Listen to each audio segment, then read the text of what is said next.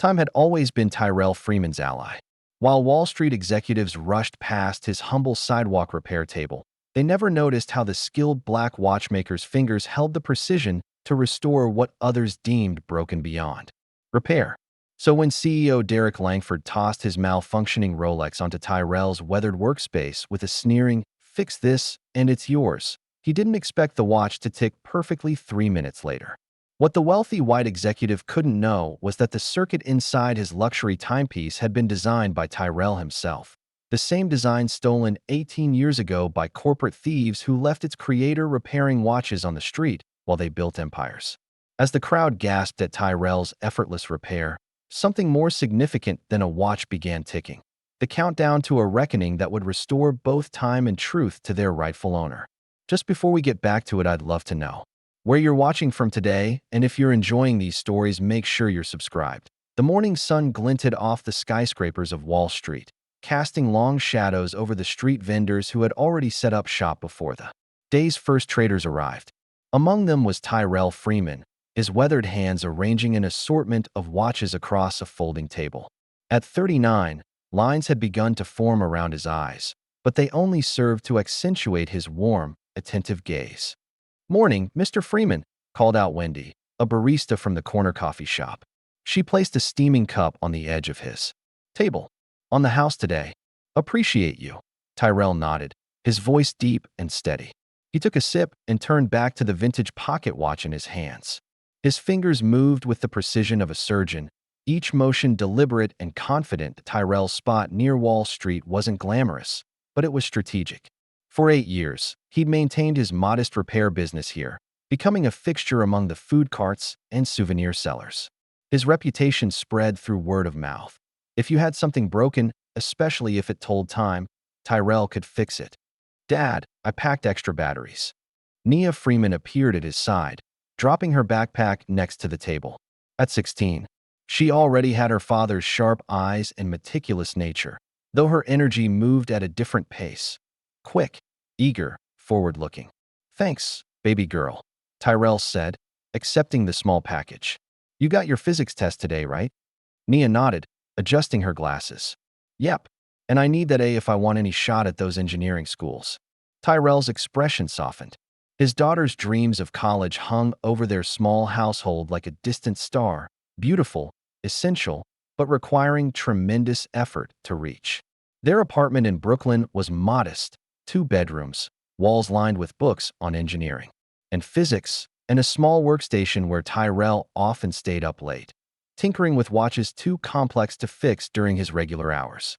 "You're gonna crush it," he said, giving her shoulder a gentle squeeze. "Just like you crush everything." After Nia left for school, Tyrell settled into his morning routine. An elderly woman brought him her husband's anniversary watch with a broken clasp. A street performer needed his digital timer fixed for his act. A tourist asked if Tyrell could replace a battery in her travel clock.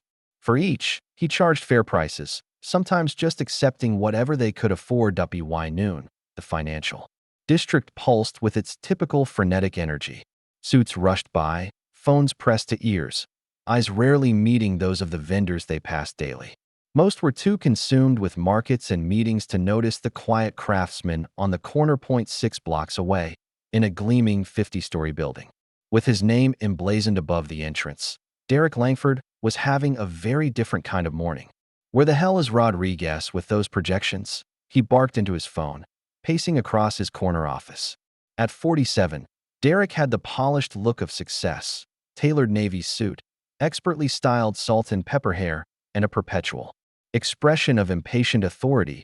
His assistant, Melissa, appeared in the doorway. "The tech reporter from Business Insider is here for your interview, Mr. Langford." Derek glanced at his Rolex Daytona, a limited edition model worth more than what most of his employees made in 6 months. "Fine. Send her in. And tell Rodriguez I need those numbers before my 2 o'clock. The interview began smoothly. Derek spoke about Langtech's latest innovation, a luxury smartwatch that promised to revolutionize the market. It paired with phones, tracked fitness, and displayed notifications, all while maintaining the aesthetic of a high-end timepiece. The watch retailed for $6,000, and pre-orders were through the roof. "So this is positioning Lang Tech firmly in the luxury tech space," said the reporter, taking notes. "A departure from your earlier mass-market products. Status matters," Derek replied, leaning back in his leather chair. "People don't just want function, they want distinction. Our customers understand that wearing a Lang Tech watch says something about who they are." Derek raised his wrist to display his own watch, not a Lang Tech product, but his prized Rolex. "Take this piece. It's not just about telling time. It's about—" He stopped mid-sentence, frowning. The second hand on his Rolex had stuttered, then frozen completely. He tapped the face, but nothing happened. "Problem?" the reporter asked. "Just a minor glitch," Derek said, quickly lowering his arm. "Nothing serious." But after the interview, Derek summoned his assistant. "Get someone to fix this. Now." Within an hour, 3 different technicians had examined the watch. None could identify the problem. "The mechanism is complex, sir," one explained nervously. "It might need to go back to the manufacturer. That'll take weeks." Derek slammed his hand on the desk. "I have the investors' gala tonight. Fix it."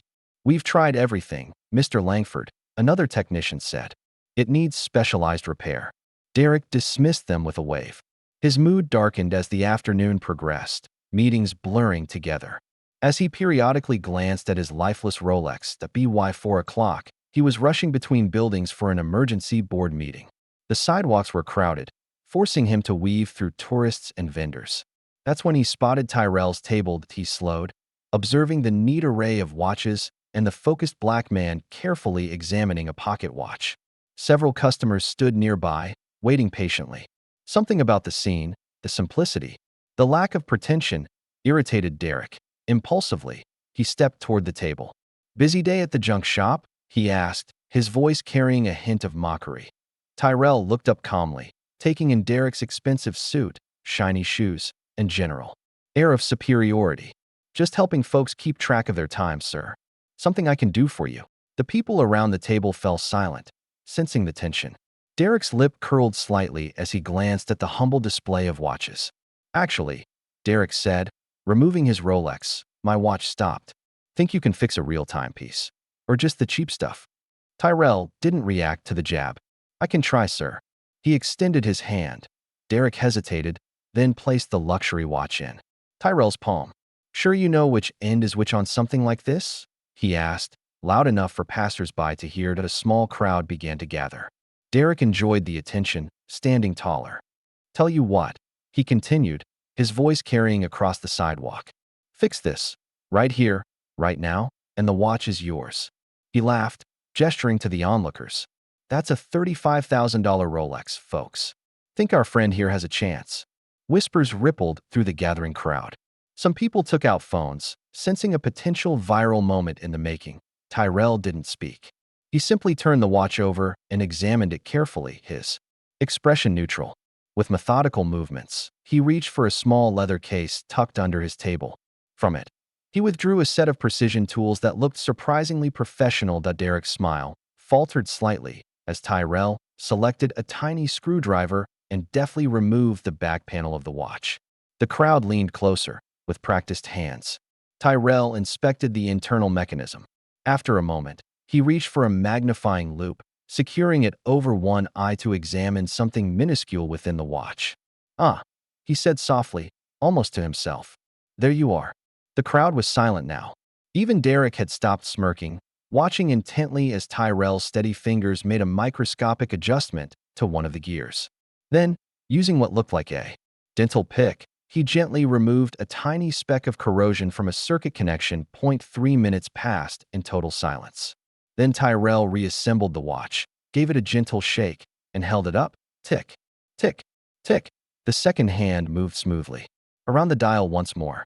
The crowd erupted in applause and amazed murmurs. "That's impossible," Derek blurted, his face flushing. Tyrell handed the watch back. "Just needed a gear realignment and some corrosion cleaned from the circuit. It should keep good time now." Derek stared at the functioning Rolex, then at Tyrell, his expression shifting from disbelief to embarrassment to anger. The crowd watched expectantly. "Well," someone called out, "I guess he earned that watch." Derek's jaw tightened. He shoved the Rolex back onto his wrist and reached for his wallet. "Just luck," he muttered, pulling out a $20 bill and tossing it onto the table. Here. Tyrell didn't touch the money. No charge, he said quietly. Have a good day, sir. The crowd's murmurs turned disapproving. Derek, suddenly aware of the many phones recording the interaction, snatched up his 20 and walked away stiffly, shoving through the gathered onlookers. The crowd dispersed, discussing what they'd witnessed. One woman lingered. Zoe Chun, a tech journalist in her early 30s, had been on her way to interview a startup founder when the commotion caught her attention. She watched Tyrell return to his work, his demeanor unchanged despite the remarkable scene that had just unfolded. Zoe took out her phone and snapped a discreet photo of Tyrell, then another of Derek's retreating figure. Something about the interaction stirred her reporter's instinct. There was a story here, one about skill versus status, about the personas people cultivated versus the talents they possessed. She slipped her phone back into her pocket and continued. Down the street, already composing headlines in her mind. Back at his table, Tyrell served his next customer as if nothing unusual had happened. But something had shifted in the air around him, like the subtle adjustment he'd made to the Rolex's gears, small but significant, with consequences that would continue to unfold. The next morning dawned with unexpected momentum. Tyrell was setting up his table when an older man approached, newspaper in hand. "You're in the news, Freeman," he said, pointing to a small column. "Someone posted a video." Tyrell raised an eyebrow. "What video?" The answer came as a steady stream of curious onlookers began stopping by his table. By mid-morning, the sidewalk around his spot was busier than usual. Several people held their phones out, showing him the clip. Tyrell fixing the arrogant CEO's Rolex in minutes, followed by the man's ungracious retreat. The video had been posted by Zoe Chun with the caption, "Luxury CEO gets schooled by watch vendor." It had already accumulated thousands of views and shares. "You should have kept that Rolex," one customer told him while Tyrell replaced her watch battery. "Wasn't mine to keep," Tyrell replied simply. He never meant that offer. Around noon, Zoe herself appeared at Tyrell's table. She introduced herself properly this time, her press credentials visible on a lanyard. "Mind if I ask you a few questions, Mr. Freeman? That video's taking off." Tyrell hesitated, then nodded. "Long as I can work while we talk." They found a nearby bench during Tyrell's lunch break. Between bites of his sandwich, he answered Zoe's questions about his background. "I wasn't always a street vendor," he admitted, his voice carrying a weight that suggested deeper waters. "I used to work for Halverson Tech Mechanical Engineering Division, specialized in micromechanisms." Zoe's eyebrows shot up. "Halverson? They're one of the biggest tech firms in the country.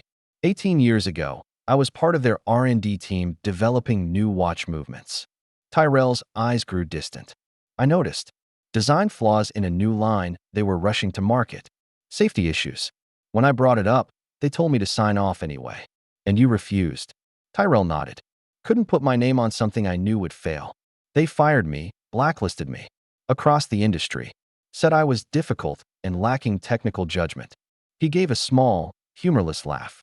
"After that, no engineering firm would touch me."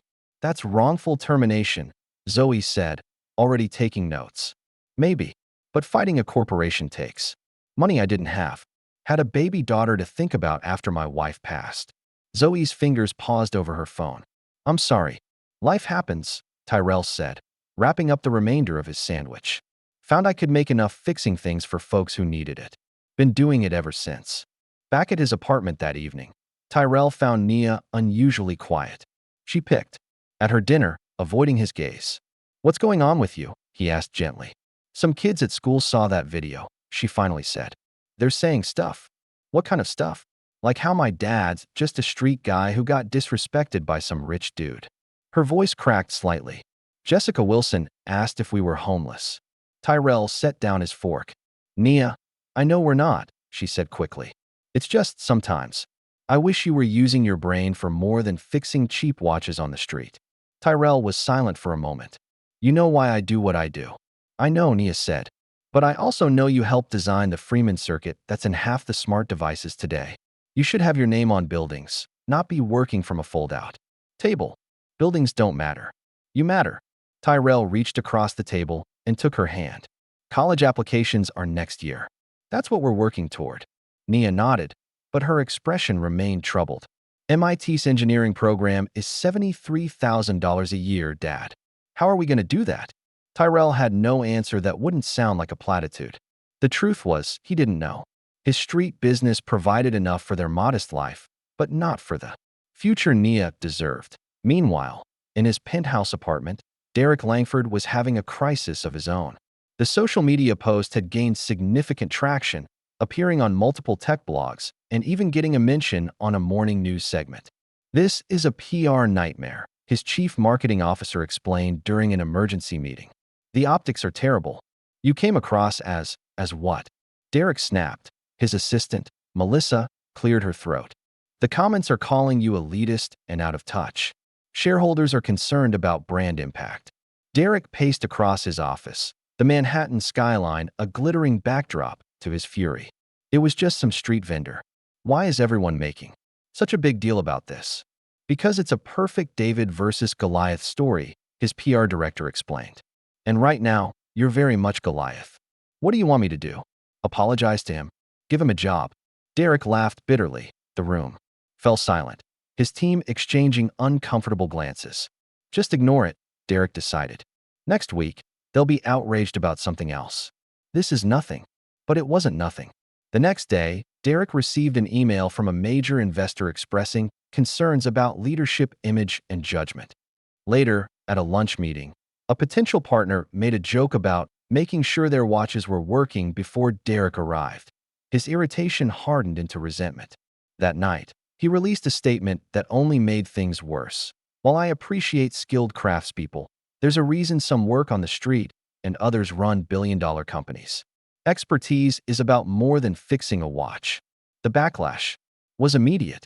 More videos appeared online, this time of Tyrell's regular customers defending him. An elderly woman described how Tyrell had fixed her late husband's watch when 3 shops had declared it beyond repair. A street performer explained how Tyrell had created a custom timing device for his act, charging him only for parts.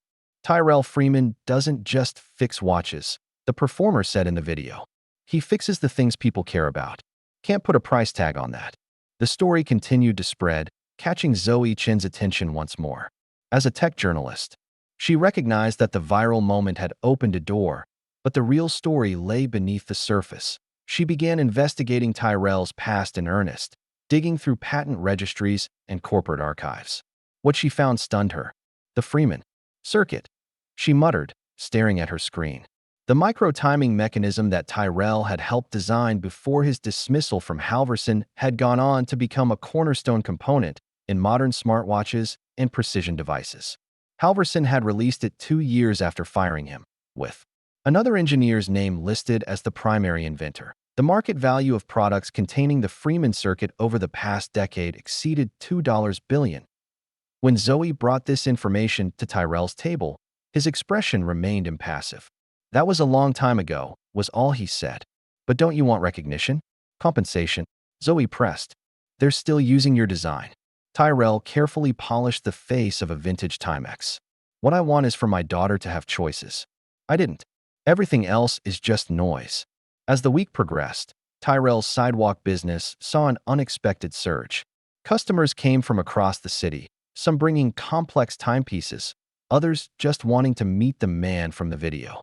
He treated each the same. With careful attention and fair prices. One afternoon, a well-dressed woman approached his table. She introduced herself as Eleanor Sinclair, owner of Sinclair's Fine Jewelry on 5th Avenue.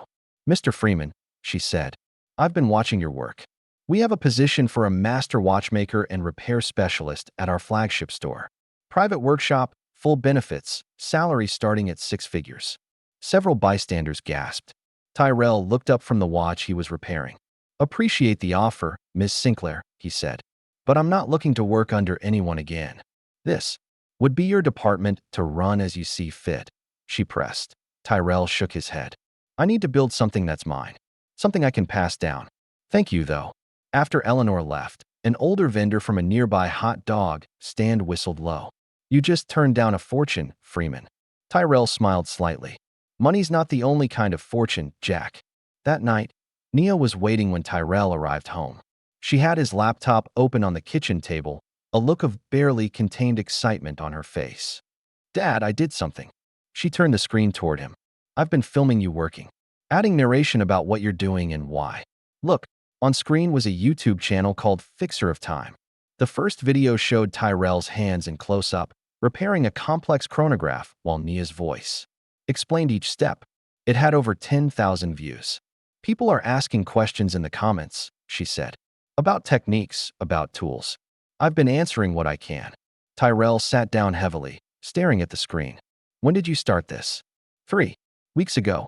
But after that viral thing with the CEO, it really took off. She looked at him nervously. Are you mad? Tyrell was quiet for a long moment. Then he reached out and pulled Nia into a hug. No, baby girl. I'm proud. You're building something too. The next morning, a familiar face appeared at Tyrell's table. It was Melissa, Derek Langford's assistant, looking nervously over her shoulder. Mr. Freeman, she said quietly. I need your help. She placed a velvet pouch on the table. Inside was Derek's Rolex. It's malfunctioning again. Mr. Langford sent it to the manufacturer, but they said it would take 3 weeks. He has a board presentation tomorrow, and she paused. He doesn't know I'm here. Tyrell studied the watch, then nodded. I'll have it done in an hour.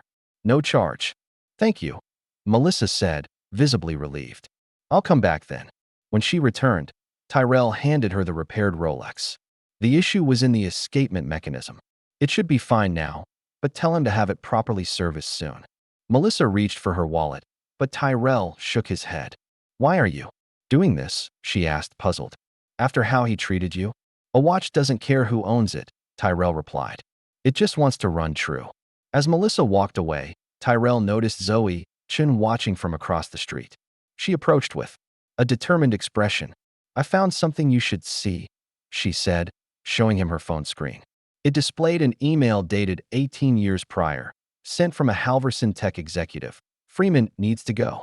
Too much integrity is bad for business. Handle it quietly. Tyrell stared at the screen, his face unreadable. Where did you get this? I have sources, Zoe said. And there's more. The Freeman circuit wasn't just used in watches. It became the foundation for their entire medical device division. Devices that save lives every day have your work inside them. For the first time since she'd met him, Zoe saw Tyrell's composure crack. He looked away, blinking rapidly. What are you going to do with this? He asked finally. That depends, Zoe replied. What do you want me to do with it? Tyrell gazed down at his weathered hands, the hands that had fixed countless broken things over the years. Then he looked up, his decision made. The truth, he said simply. It's time for the truth. As they talked, a new chapter was beginning to unfold. One where the quiet craftsman on the corner would reclaim not just his name, but the legacy that had been taken from him, one precise adjustment at a time. The morning after Tyrell and Zoe's conversation, Halverson Tech released an official statement. It appeared on their corporate website and was quickly picked up by tech publications across the internet. In response to recent social media speculation, Halverson Technologies wishes to clarify that no engineer was ever dismissed unfairly from our company.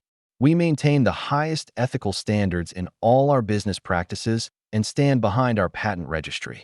Any claims to the contrary are baseless and potentially defamatory. Tyrell read the statement on his phone while setting up his table. His expression didn't change, but his movements became more deliberate, his focus sharper. He'd expected this, the corporate machine protecting itself. What he hadn't expected was the response from the public. They're lying, said a comment beneath the statement. I worked at Halverson during that time. Everyone knew what happened to Freeman. Similar comments multiplied across platforms. Former colleagues, some anonymous and some using their real names, began sharing fragments of the story. None had the complete picture, but together, they formed a damning mosaic. That evening, Tyrell returned home to find Nia bouncing with excitement. Dad, the channel hit 1 million views. She spun her laptop around to show him the screen. It was that clip of you fixing Mr. Wilson's vintage Patek Philippe. People can't believe you did it with just those 3 tools. Tyrell leaned over to look. The comments section overflowed with amazement and questions. How did he align that balance wheel with just a toothpick? This guy could fix the Mars rover with a paperclip and some dental floss. Someone get this man a proper workshop.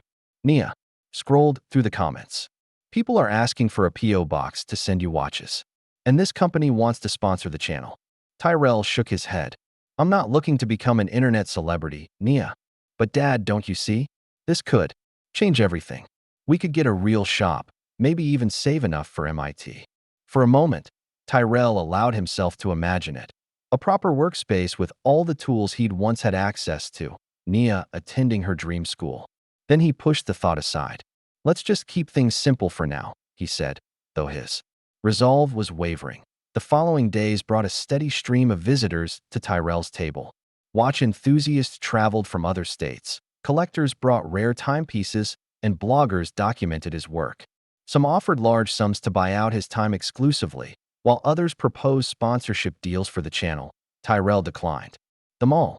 I serve whoever comes to my table, he explained. First come, first served.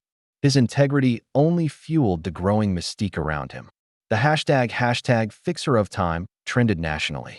Comments comparing his humble operation to Derek Langford's flashy tech company proliferated online at a Lang Tech Company party that weekend. Derek found himself cornered by Howard Jameson, a venture capitalist he'd been courting for months.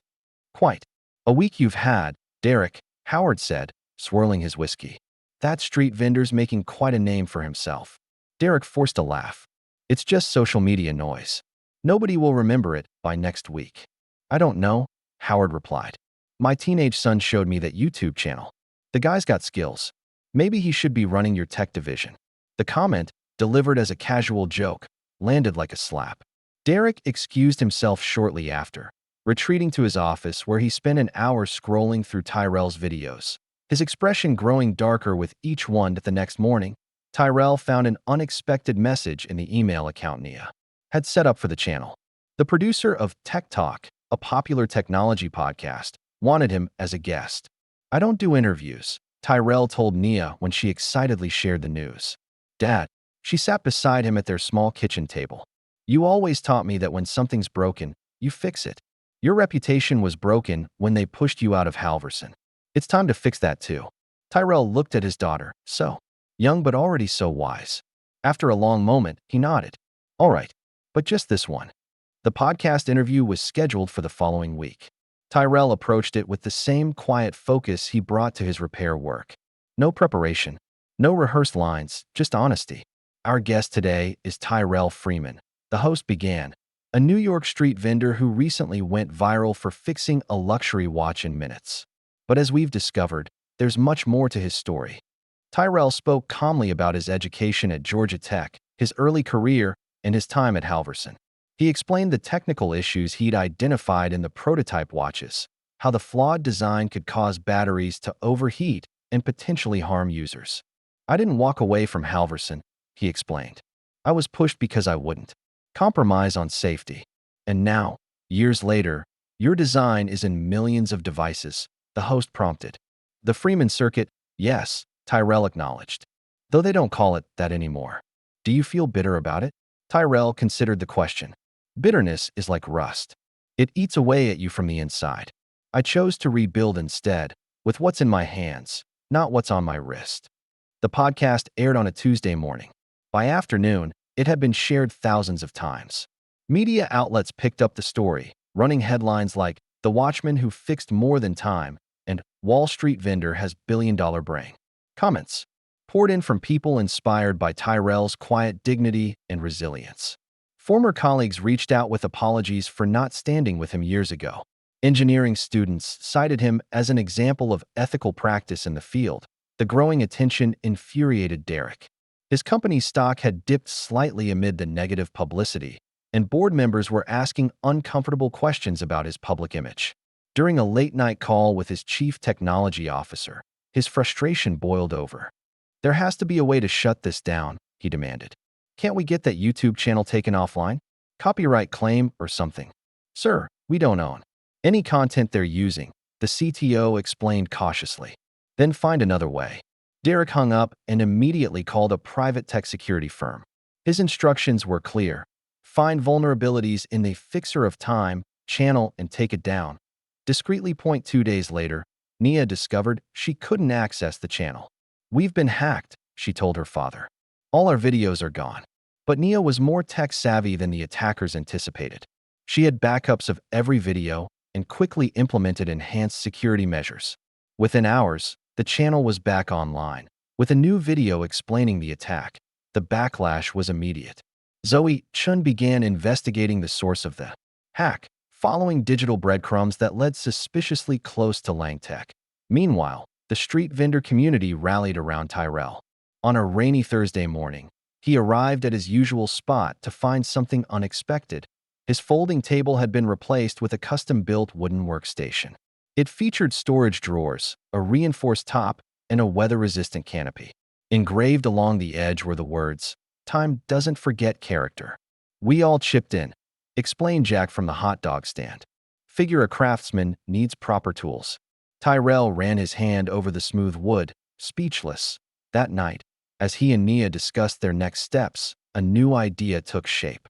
The rental market in Brooklyn had shifted, opening up a small commercial space not far from their apartment.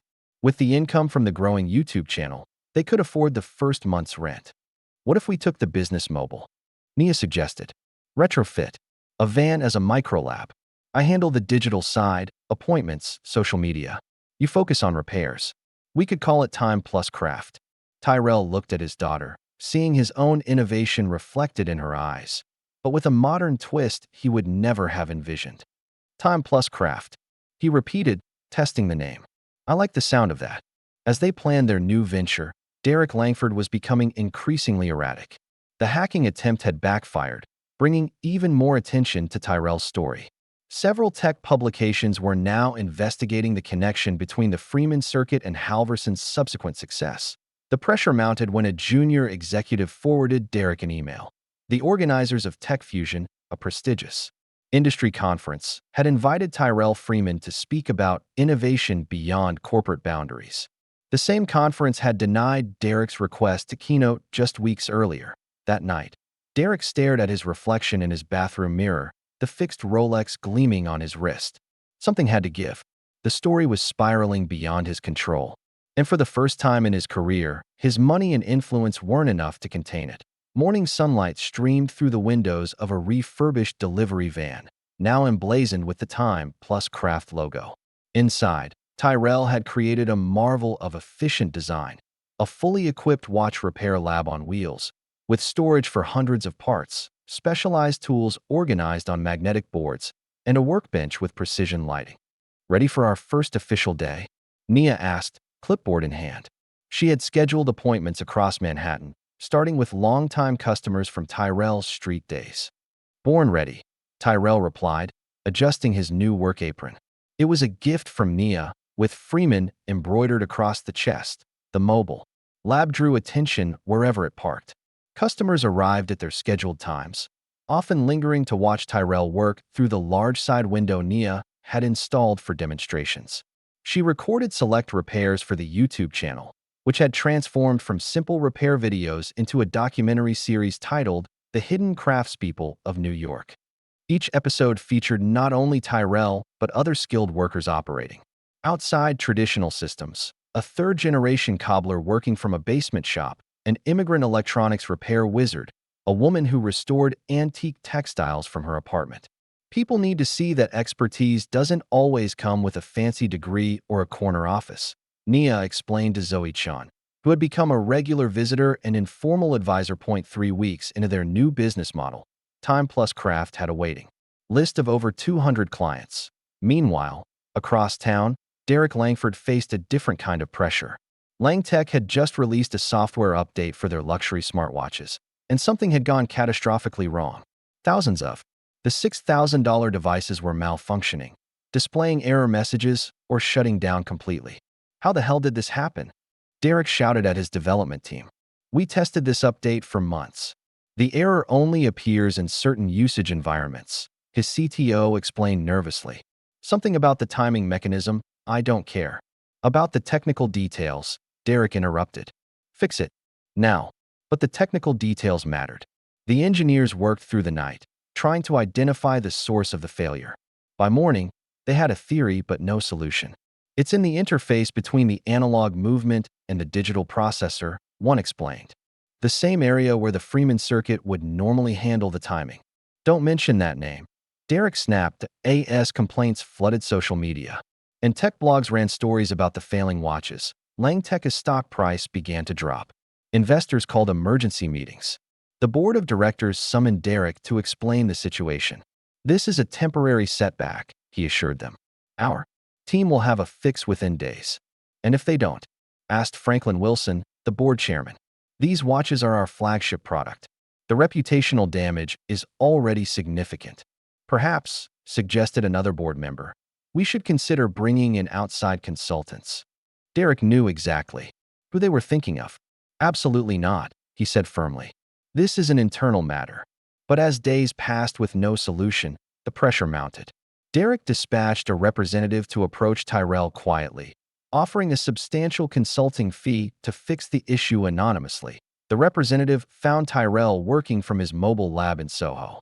Mr. Langford is prepared to offer you $250,000 for 2 days of consulting work, he explained.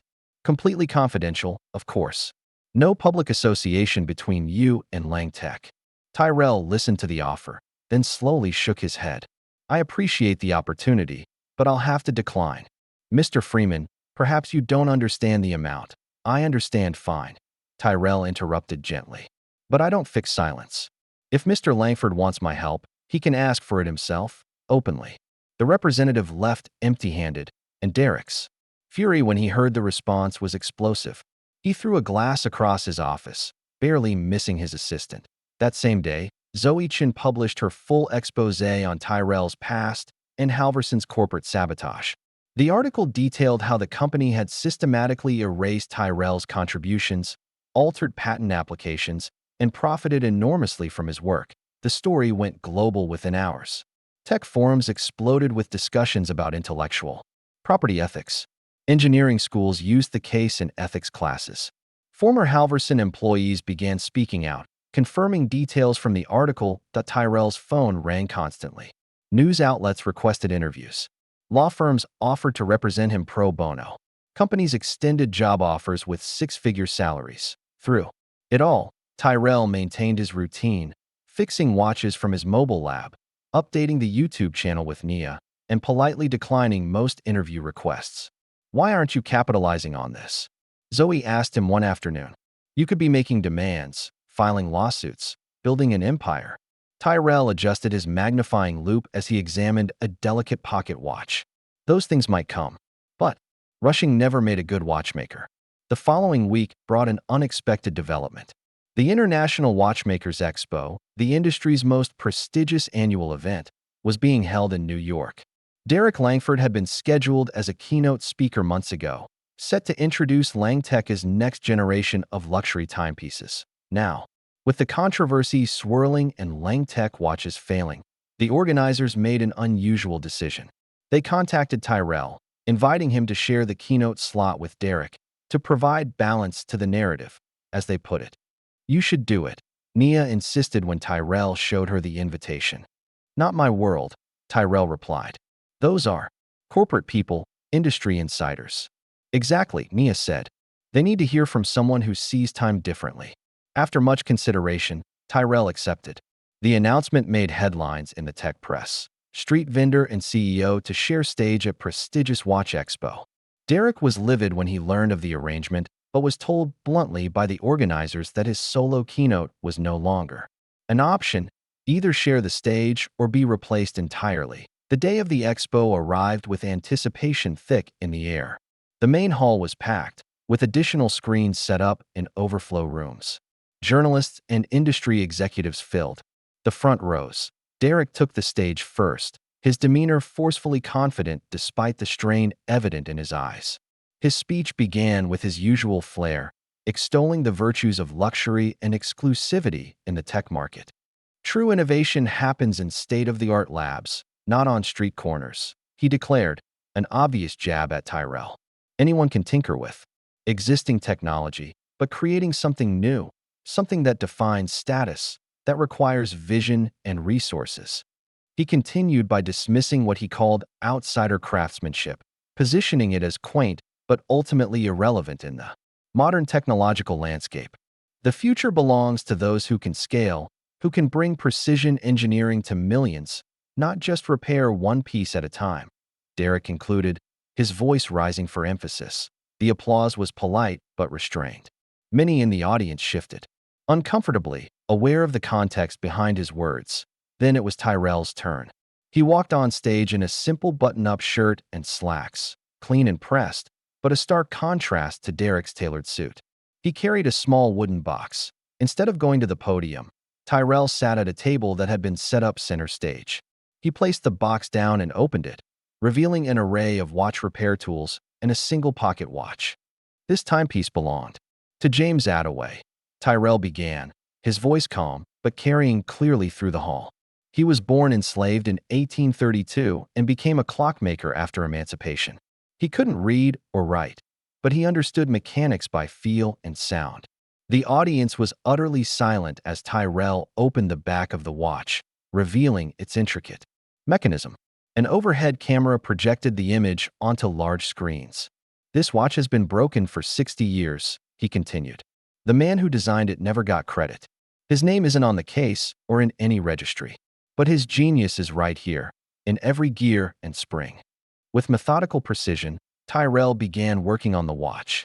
As his hands moved, he spoke about craftsmanship, about the invisible labor behind every innovation, about how time reveals truth if you're patient enough to wait for it. Then, to the audience's astonishment, Tyrell set aside his tools and tied a blindfold over his eyes. When you truly understand how something works, he said, you don't need to see it. You feel it. You hear it. You know it in your bones. His fingers moved with astonishing certainty, adjusting tiny components, cleaning, realigning.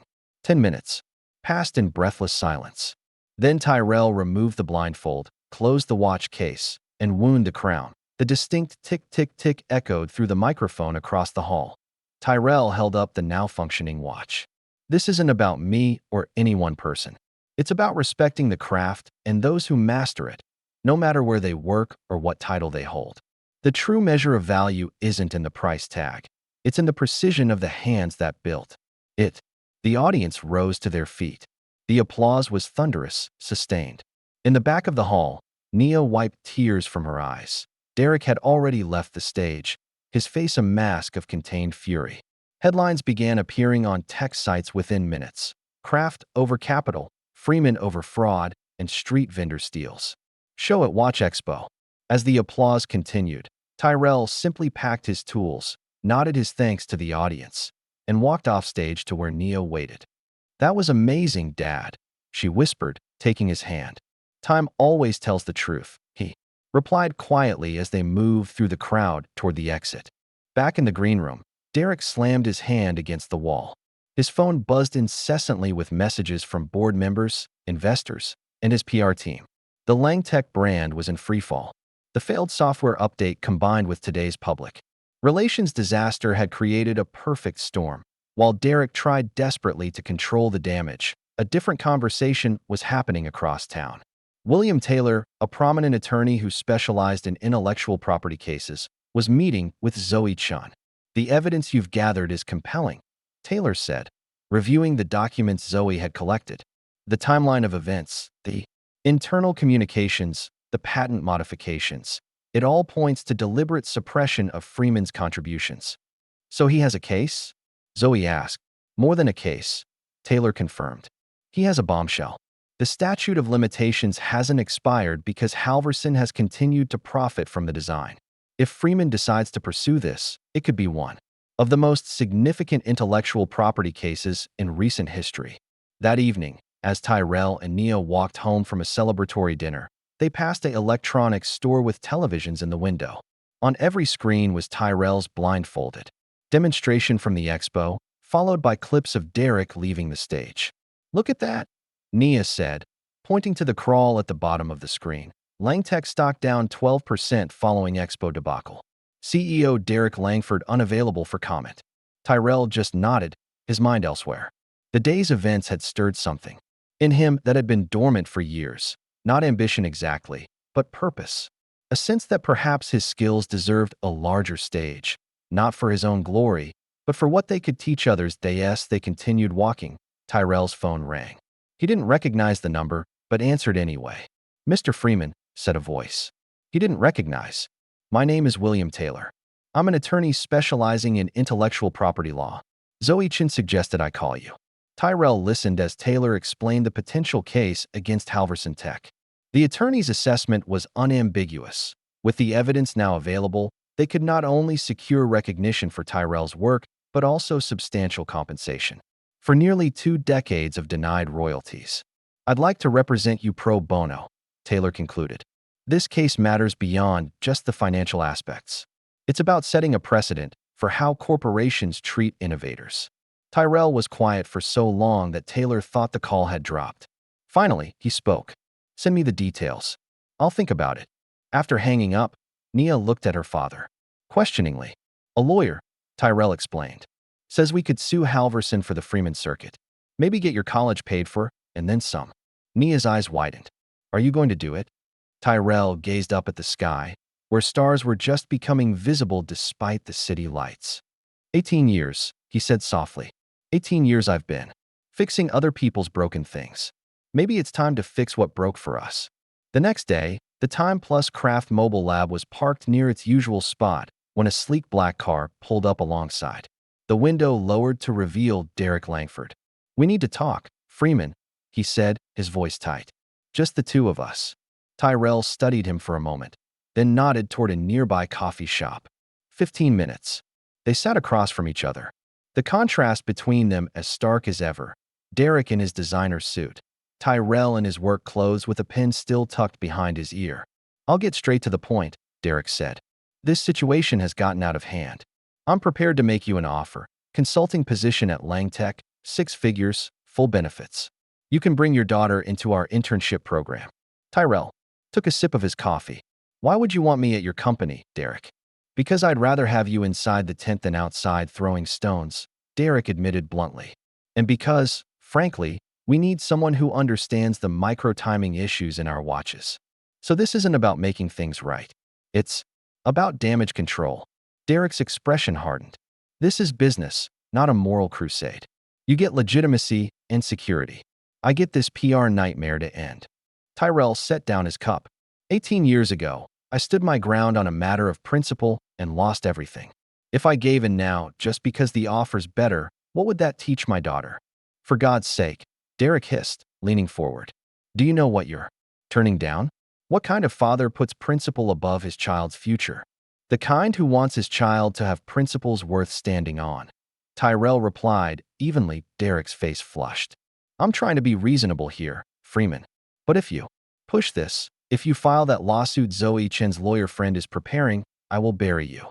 My resources are endless. Your daughter will be in college before you see a dime." Tyrell stood up. "I appreciate the coffee, Mr. Langford, and the clarity." As he walked back to his mobile lab, Tyrell's phone buzzed with a text from William Taylor. "Ready when you are."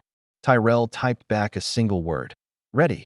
That night, Nia found her father at their kitchen table, surrounded by old notebooks and drawings, the archives of his engineering days that he'd kept stored away for years. "Dad, you okay?"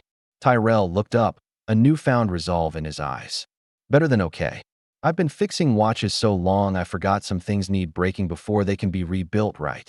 Nia smiled slowly, understanding. "So we're doing this? We're really going after Halverson and Lang Tech," Tyrell added. "Turns out Derek's company has been using modified versions of my circuit design too. Probably why their watches are failing. They tried to cut corners where the design doesn't allow for it." He showed her a schematic he'd drawn, pointing to a tiny section. "See this? This is the heart of it all.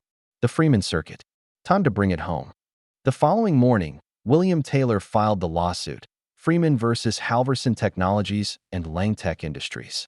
By noon, it was trending across social media and financial news networks. Derek was in a board meeting when his phone began vibrating with urgent messages. He excused himself to take a call from his legal team. "How bad is it?" he demanded. "Bad," his chief counsel replied. "The evidence is substantial. The timing is terrible for us given the current failures, and Freeman has public sympathy on his side." "I don't care about sympathy," Derek snapped. "Can we win?" The pause on the other end of the line told him everything he needed to know.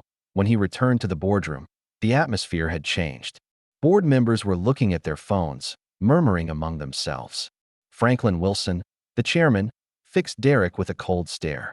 Care to explain why we're just learning about this lawsuit from Twitter, Derek? Or why our flagship product is failing because of a design flaw you apparently stole from a man you publicly humiliated? Derek opened his mouth to respond, but no words came. For once in his career, he had no angle, no spin, no way to talk himself out of the corner he'd backed into. Time, it seemed, had finally caught up with him. The day after the watch expo, Tyrell's blindfolded repair demonstration dominated tech news. Video clips spread across social media platforms with captions like, "The moment time stopped for Derek Langford." Industry blogs analyzed every second of Tyrell's performance, marveling at his precision and knowledge. Meanwhile, Derek Langford retreated to Lang Tech headquarters, where his PR team had set up an emergency response center. After hours of strategy meetings, they produced a polished video featuring Derek in casual attire, looking directly into the camera with practiced sincerity. "I want to address recent events involving myself and street vendor Tyrell Freeman," he began. "In the fast-paced world of technology, we sometimes forget the value of craftsmanship. I respect Mr. Freeman's skills and regret our misunderstanding." The apology might have worked if not for what happened next. Less than an hour after the video went live, a tech blogger unearthed footage from months earlier. Derek at a private investor dinner, wine glass in hand, laughing as he described sidewalk repairmen as relics of a dying era. "These guys fixing watches on the street," Derek said in the clip, "they're like human fax machines in a world of email." The internet erupted again. Derek's carefully crafted apology collapsed under the weight of his previous condescension. Hashtag Langford Lies began trending alongside hashtag Fixer of Time. Tyrell, however, was focused elsewhere. His phone rang while he was servicing a 1940s Bulova in the Time Plus craft van. "Mr. Freeman." The voice was hesitant, elderly. "My name is Walter Simmons. I worked at Halverson Tech for 32 years before retiring, in the microengineering division." Tyrell's hands stilled. "I remember you, Mr. Simmons. You were on the senior design team." "Yes," the old man continued. "I've been following your story. What they did to you, I was there. I had the original documentation from your patent application, the one before they modified it." Tyrell gripped the phone tightly. "You kept that. I couldn't stop what happened, but I couldn't destroy the evidence either. I've had it in my safety deposit box all these years." Walter paused. "I'd like to give it to you, son. It's time." The documents Walter Simmons provided became the cornerstone of Tyrell's case, irrefutable proof that his name had been deliberately removed from the original watch microcircuit patent 18 years ago. The paperwork showed Tyrell's signature on preliminary approvals, his detailed notes on the margins of schematics, and most damning of all, an internal memo discussing the removal of Freeman from documentation before the final patent filing. William Taylor, Tyrell's attorney, reviewed the evidence with growing confidence. "This is exactly what we needed," he told Tyrell. "With this, we have a solid foundation to challenge both Halverson's original patent fraud and Langtech's use of derivative technology." As legal proceedings began, Tyrell received an unexpected email from MIT's Department of Engineering. The message was brief but significant. "Dear Mr. Freeman, in light of recent revelations about your contributions to microengineering, we would like to invite you to speak at our upcoming symposium on applied legacy craftsmanship in modern technology. The department would be honored to host you, particularly as we acknowledge that the fellowship once offered to you was rescinded under circumstances we now understand to have been unjust." Tyrell stared at the screen, memories washing over him. 20 years ago, he had been accepted to MIT's prestigious engineering program, only to have his fellowship withdrawn after Halverson executives made calls questioning his technical abilities. It was the first domino in the long cascade of his career's destruction. "Are you going to accept?" Nia asked, reading over his shoulder. "I don't know," Tyrell admitted. "That's a world I walked away from a long time ago." "No, Dad," Nia corrected gently. "That's a world that pushed you away." Big difference. While Tyrell considered the invitation, Zoe Chen published what would become her most influential piece yet. Titled "The Genius Who Sold Time on a Table," The article provided a comprehensive account of Tyrell's journey from promising engineer to street vendor to unlikely public figure. It explored themes of corporate ethics, hidden talent, and resilience in the face of institutional barriers. The article was picked up by major news outlets and sparked global conversation about the overlooked innovators working in the margins of society. Tech forums debated the ethics of patent law. Engineering schools added the case study to their curriculum. Social scientists pointed to Tyrell's story as evidence of systemic obstacles facing Black professionals in STEM fields. Through it all, Tyrell maintained his daily routine of repairs, now operating from the Time Plus craft van. He declined most interview requests but agreed to a short statement for Zoe's article. "I fix things because they deserve to work as intended." That's true for watches, and it's true for systems too. The growing public attention affected Nia as well. Initially hesitant about her father's newfound recognition, she gradually embraced her role in telling his story. When invited to speak at a youth tech summit, she delivered a speech that resonated far beyond the auditorium. "My dad didn't just fix watches," she said, her voice steady despite her nervousness. "He fixed my belief in people. He showed me that skill doesn't need validation from power to be valuable. That patience isn't weakness. It's the strength to wait until the right moment to make your move." Video of her speech circulated widely, adding another dimension to the Freeman narrative. Father and daughter were increasingly seen as symbols of integrity and perseverance in a world that often valued flash over substance. Derek Langford watched his carefully constructed reputation crumble from his penthouse apartment. Langtech's stock continued to fall as more customers reported problems with their luxury watches. The board called emergency meetings that Derek increasingly struggled to control. His behavior grew erratic. He fired several senior executives who questioned his strategies. During a product planning session, he threw a prototype across the room when an engineer mentioned a timing circuit similar to the Freeman design. An executive assistant recorded his tirade and leaked the audio to a tech blog. "I don't give a damn about some street repairman," Derek shouted in the recording. "Our customers are idiots who'll pay thousands for our logo. They don't care how it works as long as it looks expensive." The recording spread quickly, reaching potential customers who were decidedly not idiots. Pre-orders for Langtech is next.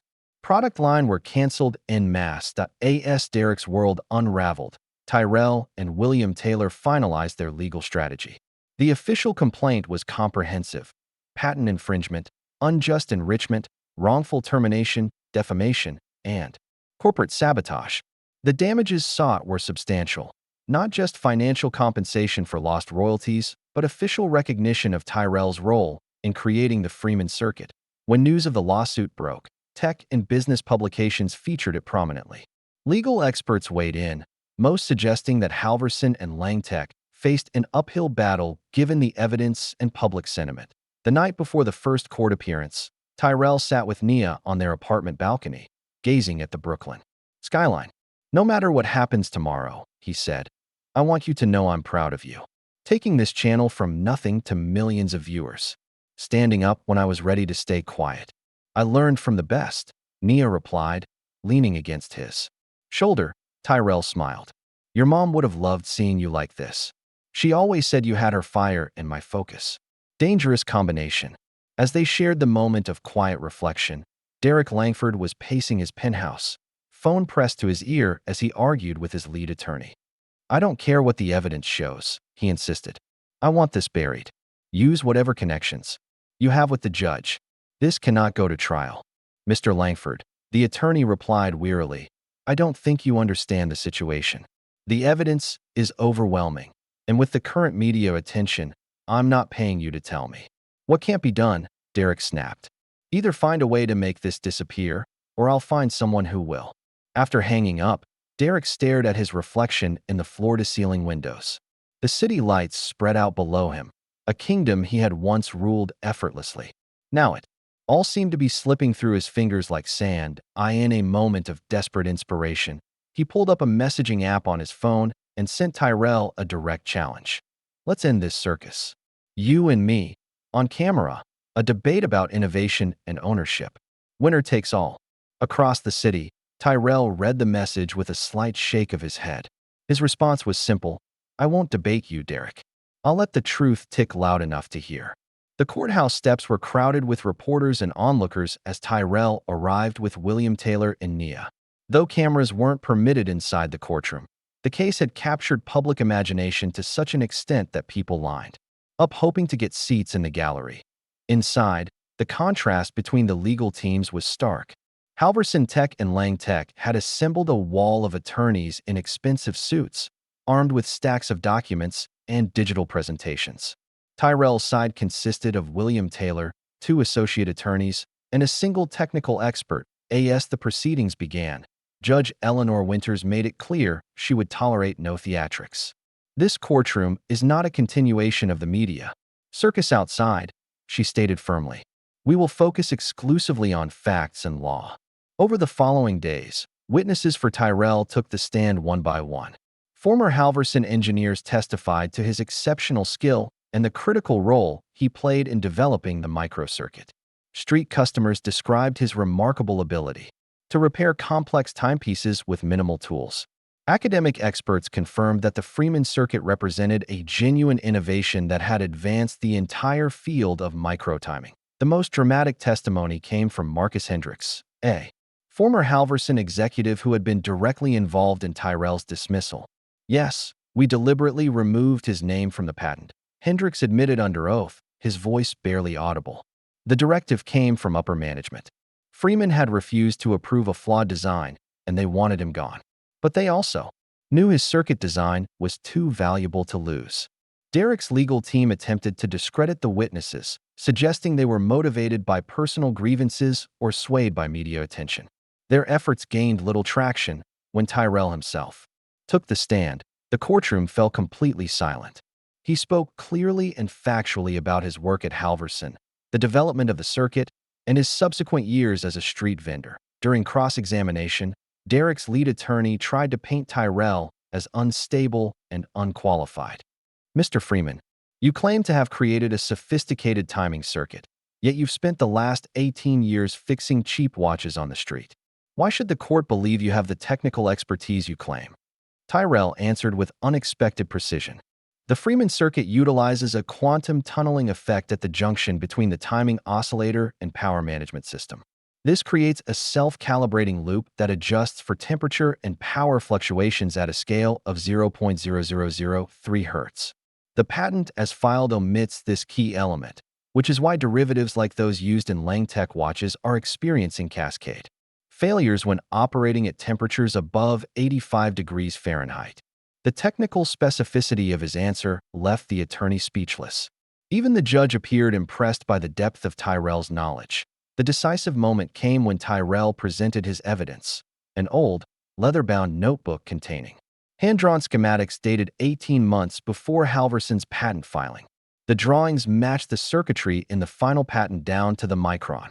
"I designed this circuit at my kitchen table," Tyrell explained. "You can see my daughter's crayon marks on some pages. She was just learning to draw then." Derek Langford's testimony came next. Initially composed, he spoke confidently about Lang Tech's independent development process. But under William Taylor's methodical questioning, cracks began to appear in his narrative. "So you're claiming," Taylor pressed, "that your company coincidentally developed a timing circuit identical to the Freeman circuit, down to the specific arrangement of microconnectors." "We improved on existing technology," Derek insisted. "That's not theft, it's innovation. And the fact that your watches are now failing precisely because of modifications to the self-calibration system Mr. Freeman just described, that's also coincidence." Derek's composure slipped. "Look, we're a major technology company. We don't steal from street vendors. Mr. Freeman wasn't always a street vendor, was he? When he designed this circuit, he was a senior engineer at Halverson Tech." "That's irrelevant," Derek snapped. The point, Mr. Langford," Taylor interrupted, "is that your company knowingly used stolen intellectual property, then modified it incompetently, resulting in product failures that have cost your shareholders millions. Isn't that correct?" "This is ridiculous," Derek said, his voice rising. "You're twisting everything to fit your client's delusional." "Mr. Langford," Judge Winters cut in sharply, "control yourself, or I will hold you in contempt." Derek glared at the judge. With all due respect, Your Honor, this entire proceeding is a waste of the court's time. A real judge would have dismissed this case months ago. The courtroom went silent. Judge Winters removed her glasses slowly. Mr. Langford, you are held in contempt of court. Bailiff, please escort Mr. Langford to a holding cell until he remembers the respect this court deserves. As Derek was led away, protesting loudly, his legal team visibly deflated. The damage was done. 3 days later, Judge Winters delivered her ruling. The courtroom was packed as she read her decision. Having reviewed all evidence and testimony, this court finds in favor of the plaintiff, Tyrell Freeman. A murmur ran through the gallery. Halverson Technologies is ordered to amend all relevant patents to include Tyrell Freeman as primary inventor. Langtech Industries is ordered to cease use of the infringing technology and pay appropriate licensing fees for past usage. Furthermore, compensatory damages in the amount of $18 million are to be paid to Mr. Freeman for lost royalties and professional harm. Tyrell sat motionless as William Taylor squeezed his shoulder. Nia grabbed her father's hand, tears streaming down her face. Additionally, the judge continued, given the evidence of deliberate fraud in the original patent application, this court refers the matter to the federal prosecutor's office for potential criminal charges against former Halverson executives. Outside the courthouse, reporters swarmed as Tyrell emerged. Cameras flashed and questions overlapped in a chaotic chorus. William Taylor stepped forward to handle the press, while Tyrell stood quietly with Nia. Today, justice was served not just for Tyrell Freeman, but for every innovator whose contributions have been erased by corporate power, Taylor announced. The court has recognized what many already knew, that genius doesn't require a corner office, and that truth, like time itself, cannot be permanently stopped. As Tyrell and Nia made their way through the crowd, they saw Derek being escorted to a car by his security team. Protesters shouted "Time's up" and "Pay what you owe" as photographers captured his expression of barely contained rage that evening. As the verdict dominated news cycles, Tyrell received an invitation to appear on The Night Show, one of the country's most popular late-night talk programs. After discussing it with Nia, he accepted. "Just be yourself, Dad," she advised as they waited backstage. "That's what got us here." The host welcomed Tyrell warmly, and the audience gave him a standing ovation. When they settled, the questions began. "So, Mr. Freeman, how does it feel to win such a massive case against two corporate giants?" Tyrell considered the question. "It feels correct, like when a watch that's been running slow finally keeps proper time again. Many people would be celebrating, maybe buying a mansion or a yacht," the host suggested. "What's next for you?" "I didn't do this to win," Tyrell replied. "I did it so my daughter never sees silence win again." He glanced toward the wings where Nia watched. "The money matters because it secures her future, her education. But the principle matters more. That's what lasts. And time plus craft? Will you keep fixing watches from a van now that you're a millionaire?" Tyrell smiled. "I'm planning something bigger. Training centers in underserved communities. Teaching young people that working with your hands isn't just a fallback. It's a foundation. You fix things out there, you can fix things in here." He tapped his chest. As the interview concluded, social media exploded with support. Hashtag #FixerOfTime trended again, this time accompanied by hashtag Freeman's Legacy. Over the following weeks, the landscape shifted dramatically. Derek resigned as CEO of Langtech after major investors withdrew support. Halverson Tech's stock tumbled as the company faced additional lawsuits from other former employees emboldened by Tyrell's victory. Meanwhile, Time Plus Craft transformed from a mobile repair service into a growing business with a physical location in Brooklyn. Tyrell hired 3 apprentices, all from backgrounds similar to his own, and began training them in both traditional watchmaking and modern micro-engineering. And no longer did Tyrell need to work from a folding table or worry about Nia's college tuition. Yet he maintained the same careful approach to his craft, the same respect for each timepiece that came into his workshop. One afternoon, Tyrell took a rare break and walked past the spot where his street table had once stood. To his surprise, he found a small plaque had been installed on the sidewalk, site of Time Plus Craft Origins, where Tyrell Freeman showed that every second counts. He stood looking at it for a long moment, then continued walking, aware that while one chapter of his story had closed, another was just beginning to tick forward, precise and purposeful as the watches he had spent his life repairing. 6 months after the court victory, Tyrell sat in his new office overlooking the Brooklyn workshop, where Time Plus Craft had taken root. The space hummed with activity. 3 workstations occupied by apprentices, a small classroom area for teaching repair techniques, and a digital lab where Nia managed their expanding online presence. The phone on Tyrell's desk rang. It was William Taylor. Good news, Tyrell. The settlement funds have been fully transferred. $18 million, as ordered by the court. Tyrell took a deep breath. Despite the victory, part of him still couldn't believe this moment had arrived. Thank you, William, for everything. My pleasure. Have you decided what you'll do first? Tyrell glanced at the envelope on his desk, a college acceptance letter addressed to Nia Freeman. Yes, I have. Later that evening, Tyrell and Nia sat at their kitchen table, which was covered with official-looking documents. This familiar space, where they had eaten thousands of meals together during leaner times, now served as the planning center for their future. So Stanford Engineering, Tyrell said, still processing the reality. My baby girl heading to California. Nia beamed, but there was a hint of uncertainty in her eyes. It's so far away, Dad. That's the point, Tyrell said gently. You've got to go where your mind can stretch. No limits. The full scholarship means we can use the settlement money for Time Plus Craft, Nia pointed out, shuffling through business proposals. The Baltimore and Detroit locations looked promising. The expansion plans were ambitious. Each new Time Plus Craft center would operate with the same principles as Tyrell's original street table: fair prices, quality work, and respect for the craft. The difference was scale.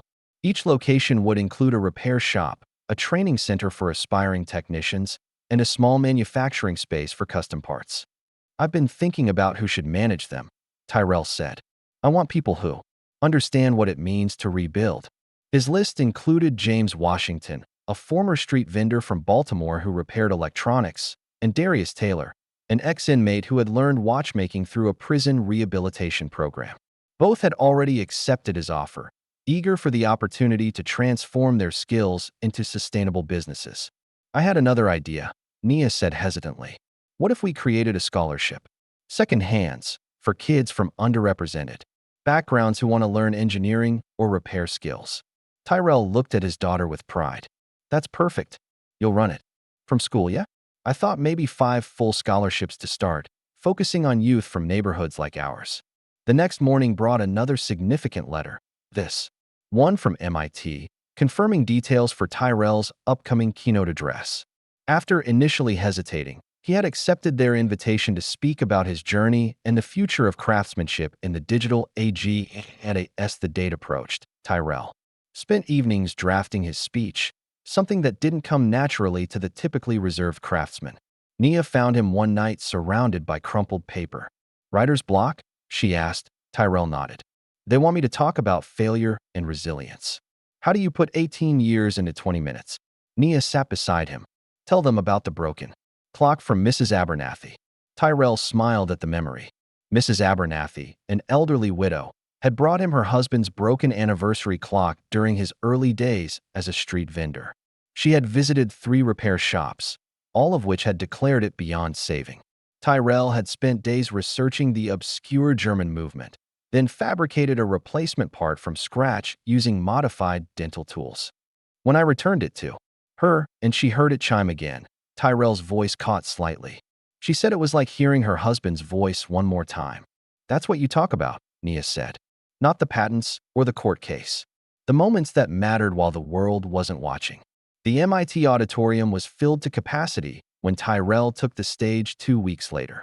Faculty, students, industry leaders, and media representatives watched as the man once denied entry to this prestigious institution prepared to address them. Tyrell adjusted the microphone, took a deep breath, and began not with his achievements, but with his darkest moment. 18 years ago, I stood in a parking lot with a cardboard box containing my personal items from Halverson Tech. My career was over. My reputation was destroyed. I had a 2-year-old daughter at home and no prospects. The audience was silent. as Tyrell described his journey. The initial desperation, the small folding table, the first watch he repaired on the street. He spoke about failure not as an event, but as a teacher, about resilience not as an abstract virtue, but as a daily practice. Dignity isn't given by titles or taken by setbacks, he said, his voice resonating through the hall. It's built one repair at a time, one honest interaction at a time. As he concluded, Tyrell held up a small gear between his fingers, gleaming under the stage lights. This is from the first watch I ever fixed on that street corner. I keep it to remember that even when the mechanism of our lives seems broken, we can rebuild, sometimes with better parts than before. The silence that followed lasted 3 seconds. Then the audience rose as one, applause thundering through the auditorium. The standing ovation continued for 4 full minutes, with some professors wiping tears from their eyes. Later that week, another honor arrived unexpectedly. The International Watchmaking Federation, a prestigious body based in Switzerland, announced that Tyrell Freeman would become the first non-European inducted into their Hall of Craftsmanship. Mr. Freeman represents the highest ideals of our profession, the announcement stated. His work demonstrates that true innovation honors tradition, while embracing progress. As time plus craft grew, new faces joined the team. Most notable was 12-year-old Malik Johnson, who had begun visiting Tyrell's street table 2 years earlier, watching silently for hours as repairs were performed. "You got questions? Ask them," Tyrell had told the boy one day. "Can't learn by just looking." Now Malik was Time Plus Craft's youngest apprentice, arriving after school 3 days a week. Under Tyrell's guidance, he had begun designing his own line of hybrid watches, analog faces with subtle digital enhancements. "The kid's got a gift," Tyrell told Nia during one of their video calls. She was settled into her dorm at Stanford. By then, excelling in her engineering courses while managing the second-hand scholarship program remotely. "Like someone else I know," Nia replied with a smile. One morning, Tyrell received an unexpected email from Halverson Technologies. With new leadership following the scandal, the company was implementing major changes. The message invited Tyrell to return as a senior consultant, overseeing ethical standards in their engineering division. Tyrell drafted a polite response. "Thank you for considering me for this position. While I appreciate the gesture toward reconciliation, I must decline. I'm building my own legacy now. I wish Halverson success in its renewed commitment to ethical innovation." Tyrell Freeman. As spring approached, Nia returned home for her first college break. Tyrell picked her up at the airport, barely recognizing the confident young woman who strode toward him, laptop bag slung over one shoulder. "You look different," he said, hugging her. "Good different?" she asked. "Grown different," he replied, helping with her luggage. That weekend, Nia spoke at her former high school's graduation. The same school where she had once been mocked for her father being just a street guy, now proudly introduced her as their distinguished alumna. "My journey began watching my father fix broken things," Nia told the graduates. "What I didn't understand then was that he was teaching me the most important lesson: how to fix what seems unfixable, how to rebuild what others abandon." She looked directly at Tyrell in the audience. "My father turned shame into science. He transformed exclusion into excellence. And he taught me that no matter how small you start, precision and patience can change the world." As Tyrell listened to his daughter's words, he thought about the long path they had traveled together. From their small apartment, with its makeshift workbench, to this moment of vindication and possibility.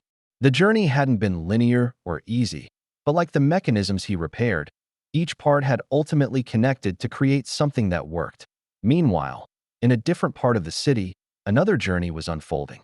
Derek Langford, once the celebrated CEO of a billion-dollar company, now sat alone in a sparsely furnished apartment.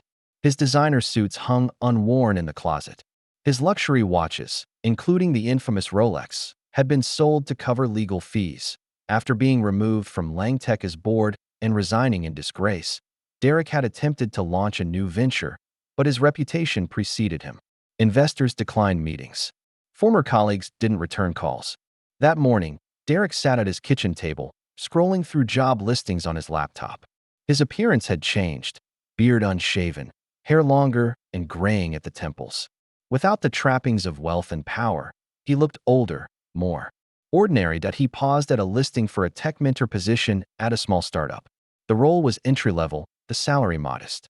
With slight hesitation, he clicked Apply, attaching a resume that omitted his recent past. The name at the top read simply D. Langford. No one would recognize him now. That was the plan. The cover of Time magazine featured a close-up photograph of Tyrell Freeman's hands holding a vintage pocket watch. His face was visible in the background, expression serious but serene. The headline read, "The Man Who Fixed More Than Watches." The feature story traced Tyrell's journey from promising engineer to street vendor to founder of what was now being called the Freeman Method, a combination of traditional craftsmanship and innovative thinking that was influencing fields far beyond watchmaking. Tyrell kept a copy of the magazine in his office, but rarely looked at it. Despite his growing public profile, he remained focused on the work itself, spending more time in the workshop than in meetings. Mr. Freeman, one of his apprentices, Sarah Williams, knocked on his open door. "The team from the city planning office is here." Tyrell nodded, putting aside the antique chronograph he'd been restoring. "Thanks, Sarah. I'll be right out." The meeting concerned a public installation, a large street clock to be placed at the corner where Tyrell had worked. For so many years, the city had commissioned it as part of an initiative to honor local figures who had made significant contributions to New York's culture. "We're thinking bronze for the casing," explained the project manager, spreading blueprints across the conference table. "And we'd like your input on the mechanism. It should be something special." Tyrell studied the designs thoughtfully. "I'd like it to be transparent," he suggested. "Glass panels so people can see how it works."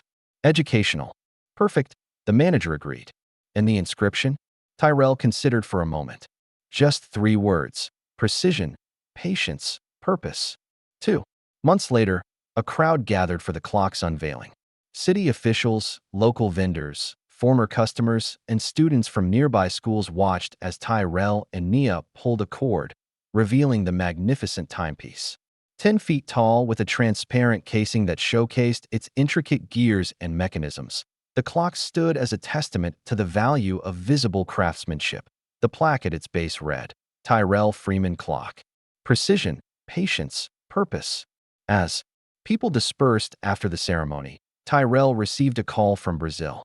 A community organization there had implemented a training program based on time plus crafts model, teaching watchmaking and electronics repair to youth in favelas. "We have 15 students already," the program director explained excitedly. "And we've received inquiries from similar groups in Ghana and India." Though Tyrell declined to franchise the Time Plus craft name internationally, he freely shared training materials, tool recommendations, and business strategies with these grassroots initiatives. What mattered wasn't ownership of the idea, but its implementation wherever it could create opportunity. Back at the Brooklyn workshop, Tyrell was surprised to find a familiar face among a group of job applicants. Brian Foster, one of the Halverson engineers who had testified against him during the patent dispute. "Mr. Freeman," Foster began awkwardly, "I don't expect you to hire me. I just wanted to apologize in person. I should have spoken up 18 years ago. I knew what they were doing to you wasn't right." Tyrell studied the man's face, seeing genuine remorse and something else, desperation. Foster had been let go during Halverson's post-scandal restructuring. "We need a regional director for the Detroit location," Tyrell said finally. "Someone who knows both the corporate and technical sides." "Interested?" Foster looked stunned. "After everything, you trust me with that?" "I'm not offering because I trust you," Tyrell replied honestly.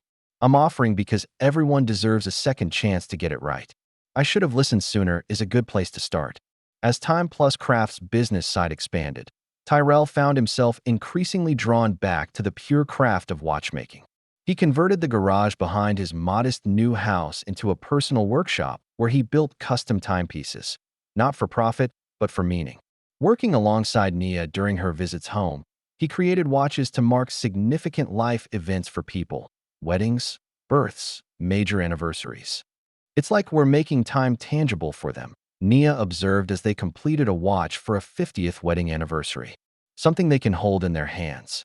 Tyrell nodded. "Time's the one thing you can't buy more of. But maybe you can make what you have count more." On a crisp autumn morning, Tyrell received an unusual call from the American Watchmaking Museum.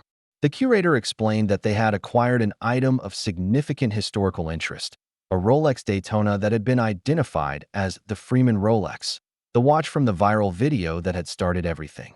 It was found in a donation box at a charity auction, the curator explained. We'd like your permission to display it with a plaque explaining its significance. Tyrell was silent for a moment, struck by the strange symmetry of the watch's journey. The plaque should read, repaired by Freeman. Return to time. He suggested finally 1 year to the day after the court ruling. Tyrell and Nia sat on a bench outside their flagship store in Brooklyn, watching families gather around a sidewalk table they had installed for community use. On weekends, Time Plus Craft offered free basic repair lessons, teaching children and adults how to fix common household items rather than discarding them. Look at that, Tyrell said, nodding toward a young girl carefully reattaching the arm of a teddy bear under the guidance of Sarah Williams, now a full instructor. Reminds me of you at that age. Nia smiled. I was thinking about Mom today, about how she always said you had magic in your hands. She'd be so proud to see all this. Tyrell nodded, emotion briefly tightening his throat. His late wife had been gone for 16 years, but her belief in him had sustained him through the darkest times. I've been working on something, he said, reaching into his pocket. He handed Nia a small wooden box. Open it when you're back. At school. Later that night, in her dorm room at Stanford, Nia opened the box. Inside was a beautiful handcrafted watch with an inscription on the back. For Nia, who taught me that sometimes the second hand matters most. Love, Dad. The watch contained a miniaturized version of the Freeman circuit, perfectly adapted to the analog movement. A masterpiece of integration between old and new technologies. Tears filled Nia's eyes as she secured it around her wrist, feeling its gentle tick against her pulse. The final chapter of Tyrell's public story came in the form of a documentary titled Time and Craft, The Freeman Legacy. Filmmakers had followed him for months, capturing the growth of his business, his teaching methods, and the global impact of his approach to craftsmanship. In the film's closing interview, Tyrell sat in his personal workshop, surrounded by the tools and timepieces that had defined his life. Some people think time is rigid, he said, holding a vintage pocket watch to the light. But watchmakers know different. Time can be adjusted, calibrated, even reset when necessary. He paused, his weathered hands still steady and precise after decades of delicate work. A clock's hands only move forward. So should we. As the credits rolled, the film transitioned to a montage of people around the world engaged in acts of repair. A grandmother in Ghana teaching children to fix radios, a teenager in Brazil rebuilding a computer, a group of women in Detroit restoring vintage clocks. The final scene returned to Tyrell, now sitting on a park bench as a young boy approached with a broken toy car. Can you fix it, mister? The child asked. Tyrell examined the toy, then reached into his pocket and pulled out a paperclip. With a few deft movements, he repaired the axle and handed it back. See, he said as the boy's face lit up with delight. Now it works again. The screen faded to black, with only the sound of a ticking watch remaining. Then simple white text appeared. Not everyone wears time on their wrist. Some carry it in their hands. In an apartment across town, a man watched the documentary's end credits roll. Derek Langford, now simply D. Langford, junior project manager at a small tech startup, switched off his television and looked down at his wrist. Where a $35,000 Rolex had once sat was now a simple Timex, practical and unremarkable that he walked to his window, gazing out at the city where he had once believed himself untouchable. The giant street clock was visible in the distance, its illuminated face marking the hour for all to see. Derek turned away and moved to a small desk where blueprints for a new kind of timing mechanism lay spread out. His designs were rough, amateur compared to Freeman's work, but they represented something he had never valued before. The humble beginning of genuine creation. He picked up a pencil and began to make adjustments, working carefully, precisely, learning, at last, the patience that true craftsmanship required. Time, as it always does, continued to tick forward. And in its steady rhythm, even the most unlikely characters found opportunities for repair. Have you ever wondered what genius might be hidden in the people you pass by without a second glance? Like and subscribe for more stories about overlooked brilliance, and the moments when time finally reveals what truly matters.